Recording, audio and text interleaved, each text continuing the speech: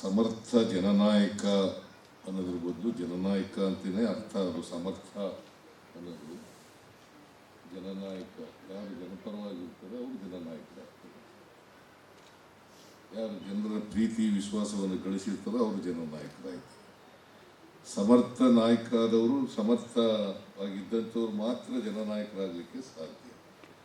ಅದರಿಂದ ಎರಡು ದ್ವಂದ್ವ ನಾಮಗಳನ್ನು ಇಲ್ಲಿ ಇಟ್ಟಿದ್ದಾರೆ, ಸಮರ್ಥ ಜನನಾಯಕ. ಹಾಗಾಗಿ ಉಗ್ರಪ್ಪನವ್ರಿಗೆ ಎರಡು ಬಿರುದುಗಳು ಬಂದಿದ್ದಾವೆ, ಜನನಾಯಕ, ಸಮರ್ಥ. ಈ ಹೆಸರುಗಳು ಸೂಕ್ತವಾಗಿದ್ದಾವೆ ಅಂತೇಳಿ ನಾನು ಭಾವಿಸ್ಕೊಂಡಿದ್ದೇನೆ. ಉಗ್ರಪ್ಪನವರು ಬಹಳ ಸಣ್ಣ ವಯಸ್ಸಿನಲ್ಲೇ ರಾಜಕಾರಣ ಪ್ರಾರಂಭ ಮಾಡಿದವರು. ಅವರ 18ನೇ ವಯಸ್ಸಿನಲ್ಲೇ ಜೈಲುವಾಸ ಅನುಭವಿಸಿದರು. ವಿದ್ಯಾರ್ಥಿ ದಶೆಯಲ್ಲೇ ಜೈಲುವಾಸ ಅನುಭವಿಸಿದರು. ಆ ಕಾಲದಲ್ಲಿ ತುರ್ತು ಪರಿಸ್ಥಿತಿಯನ್ನು ಎದುರಿಸಿ ಇವರೆಲ್ಲ ಜೈಲಿಗೆ ಹೋದವರು. PGR ಸಿಂಧಿಯಾ ಜೈಲಿಗೆ ಹೋದವರು, PGR ಸಿಂಧಿಯಾ, ಉಗ್ರಪ್ಪನವರು ಒಬ್ಬರು ಇದ್ದಾರೆ. ಇವರಿಬ್ಬರು ಜೊತೆಯಲ್ಲೇ ಜೈಲಿನಲ್ಲಿದ್ದರು. ಆಮೇಲೆ ಜೈಲು ಮುಗಿದ ಮೇಲೂ ಕೂಡ ರೂಮ್ಮೇಟ್ಗಳಾಗಿದ್ದರು, ಅಂದರೆ ರೂಮ್ನಲ್ಲಿದ್ದರು. ಹಾಗಾಗಿ ಪರಸ್ಪರ ಇವ್ರಿಗೆ ಅವ್ರಿಗೆ ಗೊತ್ತಿದೆ, ಅವ್ರಿಗೆ ಇವ್ರಿಗೆ ಗೊತ್ತಿದ್ದಾರೆ. ಇಬ್ಬರು ಹತ್ತಿರದಿಂದ ನೋಡಿದ್ದಾರೆ. ಸೊ ನಾನು ಕೂಡ ಹತ್ತಿರದಿಂದ ನೋಡಿದ್ದೀನಿ. ಇಬ್ಬರು PGR ಸಿಂಧಿಯಾ ಅವ್ರನ್ನೂ ನೋಡಿದ್ದೀನಿ, ಉಗ್ರಪ್ಪನವ್ರನ್ನೂ ಕೂಡ ನೋಡಿದ್ದೀನಿ. ಸುಮಾರು 4 ದಶಕಗಳಿಂದ ಉಗ್ರಪ್ಪನವರು ಪರಿಚಯ ಇದ್ದಾರೆ. ನಾವೆಲ್ಲ ಒಂದೇ ಪಕ್ಷದಲ್ಲಿದ್ದೋ, ಜನತಾ ಪಾರ್ಟಿನಲ್ಲಿದ್ದೋ. ಆಮೇಲೆ ಜನತಾದಳಕ್ಕೆ ಬಂದು, ಆಮೇಲೆ ನನಗಿಂತ ಮುಂಚಿತವಾಗಿ ಕಾಂಗ್ರೆಸ್ ಹೋಗೋದು. ಆಮೇಲೆ ನಾನು ಕಾಂಗ್ರೆಸ್ಗೆ ಹೋದೆ. PGR ಸಿಂಧಿಯವರು ನಾವಿಬ್ಬರು ಬಂದ ಮೇಲೆ ಬಂದಿದ್ದಾರೆ ಕಾಂಗ್ರೆಸ್.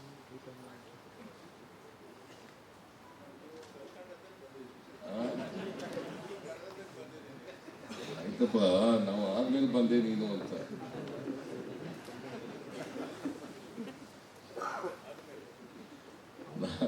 ಮೊದಲು ಉಗ್ರಪ್ಪನವರು ಹೋದರು, ಆಮೇಲೆ ನಾನು ಹೋದೆ, ಆಮೇಲೆ ಸಿಂಧಿಯಾ ಬಂತು. ಸಿಂಧಿಯಾ ಬಗ್ಗೆ ನಾವು ಕರೆದು, ಪಾಪ ನೀವು ಯಾಕೆ ಇದೆಯಾ ಕಾಂಗ್ರೆಸ್ಗೆ ಬಂದ್ಬಿಡು ಅಂತ. ಜನತಾದಳ ಅಲ್ಲೇನು ಮರ್ಯಾದೆ ಕೊಡಲ್ಲ, ಒಂದಪ್ಪ ಇಲ್ಲೇ ಅಂತ.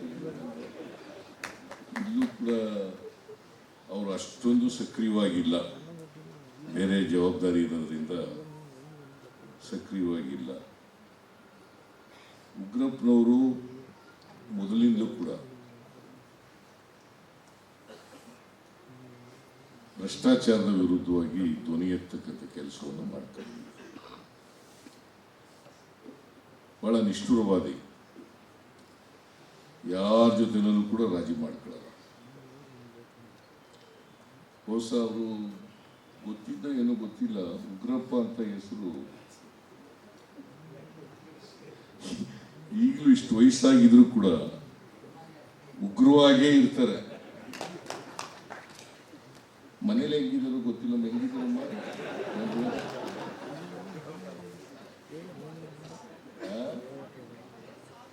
ಮನೇಲಿ ಸಾಧೋತಾರೆ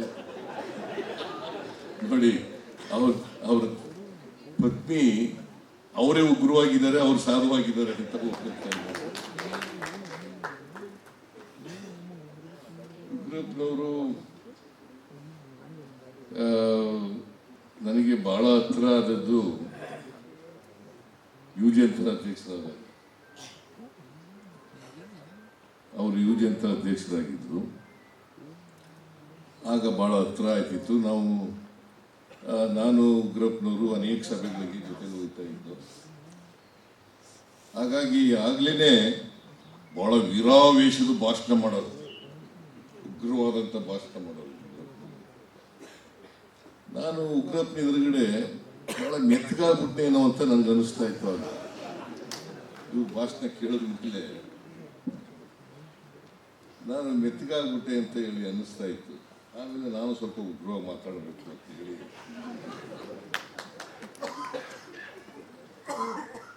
ಪ್ರಾರಂಭ ಮಾಡ್ಕೊಂಡೆ.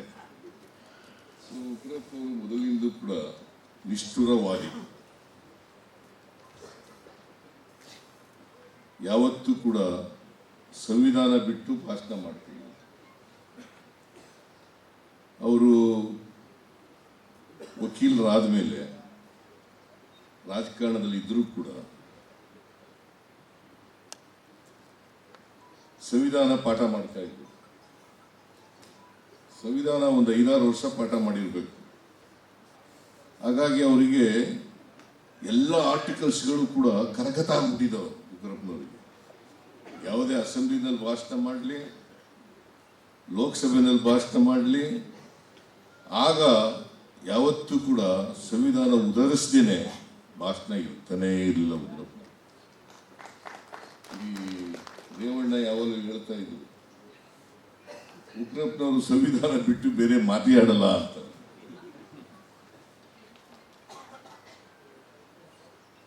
ಅಂದ್ರೆ ಸಂವಿಧಾನನ ಅಷ್ಟೊಂದು ಓದ್ಕೊಂಡು ತಿಳ್ಕೊಂಡಿರ್ತಕ್ಕಂಥವ್ರು ಪ್ರತಿಯೊಬ್ಬರು ಕೂಡ ಸಂವಿಧಾನ ಬಿಟ್ಟು ಯಾವುದೇ ಸರ್ಕಾರ ಮಾಡಲಿಕ್ಕೆ ಸಾಧ್ಯ ಆಗೋದಿಲ್ಲ. ಸಂವಿಧಾನದ ರೀತಿಯೇ ಸರ್ಕಾರ ಮಾಡಬೇಕಾಗ್ತದೆ. ಅದರಲ್ಲಿ ತಪ್ಪುಗಳನ್ನು ಹುಡುಕೋದ್ರಲ್ಲಿ ಉಗ್ರಪ್ಪನವರು ಬಹಳ ನಿಶ್ಚೀಮರು. 3 ಬಾರಿ ಕೌನ್ಸಿಲ್ ಸದಸ್ಯರಾಗಿದ್ದರು. 3 ಬಾರಿ ಅಲ್ಲ,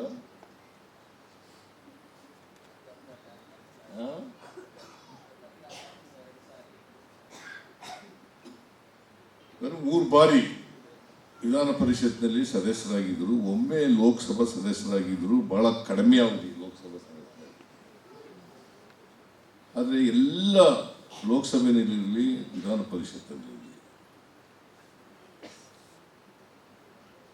ಎಲ್ಲ ಕಾಲದಲ್ಲೂ ಕೂಡ ಜನಪರವಾದಂಥ, ಯಾರಿಗೆ ಧ್ವನಿ ಇಲ್ಲ ಜನ ಇದ್ದಾರೆ, ಆ ಧ್ವನಿ ಇಲ್ಲದೆ ಇರದಂಥ ಜನರ ಪರವಾಗಿ ಧ್ವನಿ ಇರ್ತಕ್ಕಂಥ ಕೆಲಸವನ್ನು ಮಾಡ್ತಾರೆ. ಅದಕ್ಕೆ ಅವರು ಬರೀ ಸಂವಿಧಾನ ಬದ್ಧವಾಗಿ ಅಷ್ಟೇ ಮಾತಾಡ್ತಾ ಇರಲಿಲ್ಲ. ಅವರು ಪ್ರತಿ ಭಾಷಣನೂ ಕೂಡ ಜನರ ಪರವಾಗಿರ್ತಿದ್ದೋ, ಸಮಾಜದಲ್ಲಿ ಯಾರು ತುಳಿತಕ್ಕೊಳಗಾಗಿದ್ದಾರೆ, ಯಾರು ಅನ್ಯಾಯಕ್ಕೊಳಗಾಗಿದ್ದಾರೆ, ಯಾರು ಅವಕಾಶಗಳಿಂದ ವಂಚಿತರಾಗಿದ್ದಾರೆ, ಆ ಜನರ ಪರವಾಗಿರ್ತಾರೆ. ಇದು ಬಹಳ ಮುಖ್ಯ. ಯಾಕಂದರೆ ನಮ್ಮ ಸಂವಿಧಾನ ಬಹಳ ಸ್ಪಷ್ಟವಾಗಿ ಹೇಳ್ತದೆ, ಸಮಾಜದಲ್ಲಿ ಬದಲಾವಣೆಯನ್ನು ತರಲೇಬೇಕು. ಹೇಳಿ ಕೇಳಿ ನಮ್ಮ ಸಮಾಜದಲ್ಲಿ ಜಾತಿ ವ್ಯವಸ್ಥೆ ಇದೆ. ಜಾತಿ ವ್ಯವಸ್ಥೆಯ ಕಾರಣಕ್ಕೋಸ್ಕರ ಅಸಮಾನತೆ ಇದೆ. ಈ ಅಸಮಾನತೆ ಹೋಗ್ಬೇಕಲ್ಲ. ಅದಕ್ಕೆ ಬಾಬಾ ಸಾಹೇಬ್ ಅಂಬೇಡ್ಕರ್ ಅವರು ಏನು ಹೇಳ್ತಿದ್ರು ಅಂತಂದರೆ, ನಮಗೆ ರಾಜಕೀಯ ಪ್ರಜಾಪ್ರಭುತ್ವ ಸಿಕ್ಕಿದೆ ನಿಜ, ಬರೀ ರಾಜಕೀಯ ಪ್ರಜಾಪ್ರಭುತ್ವ ಸಿಕ್ಕಿದ್ರೆ ಸಾಲದು. ಅದ್ರ ಜೊತೆಗೆ ಸಾಮಾಜಿಕ ಪ್ರಜಾಪ್ರಭುತ್ವ ಮತ್ತು ಆರ್ಥಿಕ ಪ್ರಜಾಪ್ರಭುತ್ವ ಸಿಕ್ಕಿದಾಗ ಮಾತ್ರ ರಾಜಕೀಯ ಪ್ರಜಾಪ್ರಭುತ್ವ ಯಶಸ್ವಿಯಾಗಲಿಕ್ಕೆ ಕಾರಣ ಆಗ್ತದೆ. ಅದಕ್ಕೋಸ್ಕರನೇ ನಾವು ಅಧಿಕಾರದಲ್ಲಿರುವಾಗ ಅನೇಕ ಕಾರ್ಯಕ್ರಮಗಳನ್ನು ಬಡವರಿಗೋಸ್ಕರ ಮಾಡ್ತಾ ಇರ್ತಕ್ಕಂಥದ್ದು. ಈ ಸಮಾಜದಲ್ಲಿರ್ತಕ್ಕಂಥ ಎಲ್ಲ ಜಾತಿ ಬಡವರು, ಎಲ್ಲ ಧರ್ಮದ ಬಡವರು, ಅವ್ರಿಗೆ ಆರ್ಥಿಕ ಸಾಮಾಜಿಕ ಶಕ್ತಿ ಬರದೇ ಹೋದರೆ ಸಮಾಜ ನಿರ್ಮಾಣ ಮಾಡಲಿಕ್ಕೆ ಸಾಧ್ಯ. ಇದರಲ್ಲಿ ನಂಬಿಕೆ ಇಟ್ಕೊಂಡಿದ್ದಂಥವರು ಉಗ್ರಪ್ಪನವರು. ಅವರು ಎಷ್ಟು ವರ್ಷ ವಿಧಾನ ಪರಿಷತ್ನಲ್ಲಿ ಸದಸ್ಯರಾಗಿದ್ದರು, ಲೋಕಸಭೆಯಲ್ಲಿ ಸದಸ್ಯರಾಗಿದ್ದರು ಅಂತಕ್ಕಂಥದ್ದು ಬಹಳ ಮುಖ್ಯ ಅಲ್ಲ. ಅವರು ಎಷ್ಟು ಜನರ ಪರವಾಗಿ ಮಾತಾಡಿದ್ರು ಅಂತಕ್ಕಂಥದ್ದು ಬಹಳ ಮುಖ್ಯ. ಈ ಸಮಾಜದಲ್ಲಿ ಯಾರು ಅವಕಾಶಗಳಿಂದ ವಂಚಿತರಾಗಿರ್ತಕ್ಕಂಥ ಜನರ ಪರವಾಗಿ ಮಾತಾಡಿದ್ರು ಅಂತಕ್ಕಂಥದ್ದು ಬಹಳ ಮುಖ್ಯ. ಅವರೇ ಹೇಳದಂತೆ ಬಹುಶಃ ಉಗ್ರಪ್ಪನವರಿಗೆ ಅಲ್ಲಿ ಚಿಕ್ಕ ವಯಸ್ಸಿನಲ್ಲೇ ಎಲ್ಲ ದೊಡ್ಡ ದೊಡ್ಡ ನಾಯಕರ ಪರಿಚಯ ಆದದ್ದು. ಮತ್ತು ಜಯಪ್ರಕಾಶ್ ನಾರಾಯಣರವರ ಸಂಪೂರ್ಣ ಕ್ರಾಂತಿ ಅದರ ಪ್ರಭಾವ ಜಾಸ್ತಿ ಆಗಿತ್ತು ಅವ್ರ ಮೇಲೆ. ಜಯಪ್ರಕಾಶ್ ನಾರಾಯಣವರು ಸಂಪೂರ್ಣ ಕ್ರಾಂತಿ ಆಗಬೇಕು, ಭ್ರಷ್ಟಾಚಾರದ ವಿರುದ್ಧನೇ ಹೋರಾಟ ಮಾಡಿದಂಥವರು. ಅದಕ್ಕೋಸ್ಕರ ಉಗ್ರಪ್ಪನವರು ಅದರಿಂದ ಪ್ರೇರಿತರಾಗಿದ್ದಂಥವ್ರು. ಬಹುಶಃ PGR ಸಿಂಧಿಯರು ಕೂಡ ಅದರಿಂದ ಪ್ರೇರಿತರಾಗಿದ್ದಂಥವ್ರು ಅಲ್ವಾ? ಒಂದೇ ದೋಣಿಲಿ ಇದ್ರೂ ಏನೋ ಗೊತ್ತಿಲ್ಲ.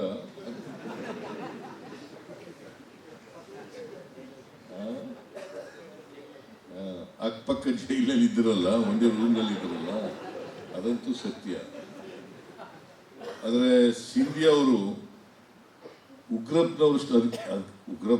ಸಿಂಧಿಯಾ ಅವರಿಗೆ ಅಧಿಕಾರ ಸಿಕ್ಕಿತ್ತು, ಉಗ್ರಪ್ಪನವ್ರಿಗೆ ಅಧಿಕಾರ ಸಿಕ್ಕಲಿಲ್ಲ. ಮಂತ್ರಿ ಆಗ್ತಕ್ಕಂಥ ಅವಕಾಶ ಸಿಕ್ಕಲಿಲ್ಲ.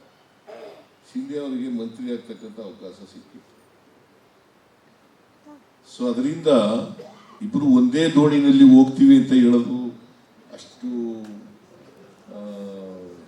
ಸಲೀಸಾಗಿ ಹೇಳೋಕ್ಕಾಗಲ್ಲ. ಇಬ್ರು ಒಂದೇ ದೋಣಿಯಲ್ಲಿ ಇದ್ರು ಅಂತ. ಆದರೆ ಒಂದೇ ಸ್ಕೂಲ್ ಆಫ್ ಥಾಟ್ಸಿಂದ ಬಂದವರು ಅಷ್ಟೇ. ಒಂದೇ ಸ್ಕೂಲ್ ಆಫ್ ಥಾಟ್ಸಿಂದ ಇಬ್ಬರು ಬಂದವರು ಒಟ್ಟಿಗೆ. ಆದರೆ ಉಗ್ರಪ್ಪನ ದಾರಿನೇ ಬೇರೆ, ಸಿಂಧಿಯವ್ರ ದಾರಿನೇ ಬೇರೆ. ಸಿಂಧಿಯವರು ನನಗೆ ಒಳ್ಳೆಯ ಸ್ನೇಹಿತನೇ.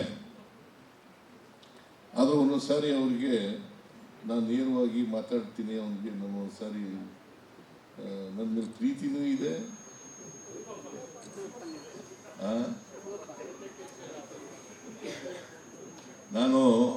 ನಾವಿಬ್ಬರು ಒಟ್ಟಿಗೆ ಮಂತ್ರಿಗಳಾಗಿದ್ವಲ್ಲ, ಆಗ ಸ್ವಲ್ಪ ನಾನು ಭಿನ್ನಾಭಿಪ್ರಾಯ ಇತ್ತು ಸಿಂಧಿಯರ ಜೊತೆಯಲ್ಲಿ. ಆದರೆ ಸ್ನೇಹ ಮಾತ್ರ ಚೆನ್ನಾಗಿತ್ತು. ಭಿನ್ನಾಭಿಪ್ರಾಯ ಇದ್ರೂ ಕೂಡ ಸ್ನೇಹ ಚೆನ್ನಾಗಿತ್ತು. ಈಗಲೂ ಸ್ನೇಹ ಇದೆ ಚೆನ್ನಾಗಿ. ಅದಕ್ಕೆ ಪಾಪ ಅವರು ಪರವಾಗಿಲ್ಲ ಮಾತಾಡಿದ್ದಾರೆ. ಈಗ ಉಗ್ರಪ್ಪನವರು ಸರ್ಕಾರದ ಪರವಾಗಿ ನಾವು ಯಾವಾಗಲೂ ಕೂಡ ಉಗ್ರಪ್ಪನವ್ರಿಗೆ ಬಹಳ ಬುದ್ಧಿವಂತರು. ಉಗ್ರಪ್ಪನವರು ಮತ್ತೆ ಕಾನೂನನ್ನು ಚೆನ್ನಾಗಿ ತಿಳ್ಕೊಂಡಿದ್ದಂಥವ್ರು.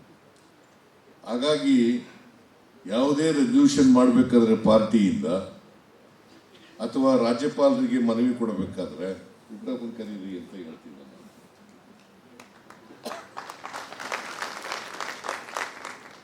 ಉಗ್ರಪ್ಪನ ಕರ್ಕೊಬಂದು ರೆಸಲ್ಯೂಷನ್ ಮಾಡಿಸಪ್ಪ ಅಥವಾ ಮನವಿ ಮೆಮೊರಾಂಡಮ್ ಕೊಡಬೇಕಾದ್ರೆ ಉಗ್ರಪ್ಪನವರಿಂದ ಬರೆಸ್ರಿ ಅಂತ ಹೇಳ್ತಾ ಇದ್ದೆ. ಒಂದೊಂದು ಸಾರಿ ರಾಜ್ಯಪಾಲರು ವೇರ್ ಇಸ್ ಮಿಸ್ಟರ್ ಉಗ್ರಪ್ಪ ಅಂತ ಕೇಳೋರು. ಯಾಕೆಂದರೆ ಡ್ರಾಫ್ಟಿಂಗ್ ಇವ್ರದ್ದು ಇಲ್ಲ, ಹಾಗಾಗಿ ಹಿಂಗೆ ಕೇಳೋರು. ಸೊ ನಾನು ಉಗ್ರಪ್ಪನವರಲ್ಲಿ ಮೆಚ್ಚಿಕೊಂಡಿರ್ತಕ್ಕಂಥ ಗುಣ ಏನಪ್ಪ ಅಂತಂದರೆ, ಇಷ್ಟು ವರ್ಷ ಆದರೂ ಕೂಡ ತಾನು ನಂಬಿರ್ತಕ್ಕಂಥ ತತ್ವ ಆದರ್ಶಗಳನ್ನು, ಸಿದ್ಧಾಂತವನ್ನು ಬಿಟ್ಟುಕೊಟ್ಟಿಲ್ಲ. ಅವರು ಜನತಾ ಪಾರ್ಟಿನಲ್ಲಿರಲಿ, ಜನತಾ ದಳದಲ್ಲಿರಲಿ, ದೇವೇಗೌಡರ ಜೊತೆ ಇರಲಿ ಅಥವಾ ಇನ್ನೊಬ್ಬರ ಜೊತೆ ಇರಲಿ, ಬಟ್ ಯಾವತ್ತೂ ಕೂಡ ಅದರ ಜೊತೆಯಲ್ಲಿ ರಾಜಿ ಮಾಡ್ಕೊಂಡಿಲ್ಲ. ಅವ್ರ ಸಿದ್ಧಾಂತ ಮತ್ತು ಅವರು ರಾಜಕೀಯ ಬದ್ಧತೆ ಇದೆಯಲ್ಲ, ಅದರಲ್ಲಿ ಯಾವತ್ತೂ ರಾಜಿ ಆಗಿಲ್ಲ. ಯಾರಿಗಾದರೂ ಕೂಡ ನಿಷ್ಠುರವಾಗಿ ಹೇಳ್ತಕ್ಕಂಥ ಪ್ರವೃತ್ತಿ ಇರ್ತಿತ್ತು. ನಾನು ಒಂದೊಂದು ಸಾರಿ ಉಗ್ರಪ್ಪನವ್ರಿಗೆ ಸಹಾಯ ಮಾಡಿದ್ದೀನಿ, ಒಂದೊಂದು ಸಾರಿ ಸಹಾಯ ಮಾಡೋಕ್ಕಾಗಿಲ್ಲ ಅಲ್ಲ. ಒಂದು ಸಾರಿ ಬಳ್ಳಾರಿಗೆ ಲೋಕಸಭೆಗೆ ನಿಲ್ಲಿಸಬೇಕಾಗಿತ್ತು. DK ಶಿವಕುಮಾರ್ ಅವರು ಬಳ್ಳಾರಿ ಲೋಕಸಭಾ ಅಭ್ಯರ್ಥಿ ಆಗಬೇಕು ಅಂತೇಳಿ, ಆಗ ವೇಣುಗೋಪಾಲ್ ಅವರು ಜನರಲ್ ಸೆಕ್ರೆಟರಿ, ನಮ್ಮ ಇನ್ಚಾರ್ಜ್ ಜನರಲ್ ಸೆಕ್ರೆಟರಿ ವೇಣುಗೋಪಾಲು ಮತ್ತು ಶಿವಕುಮಾರ್ ಇಬ್ಬರೂ ಉಗ್ರಪ್ಪನವ್ರನ್ನ ಕ್ಯಾಂಡಿಡೇಟ್ ಮಾಡಬೇಕು ಅಂತ. ನನಗೆ ಬೇರೆಯವ್ರಿಗೆ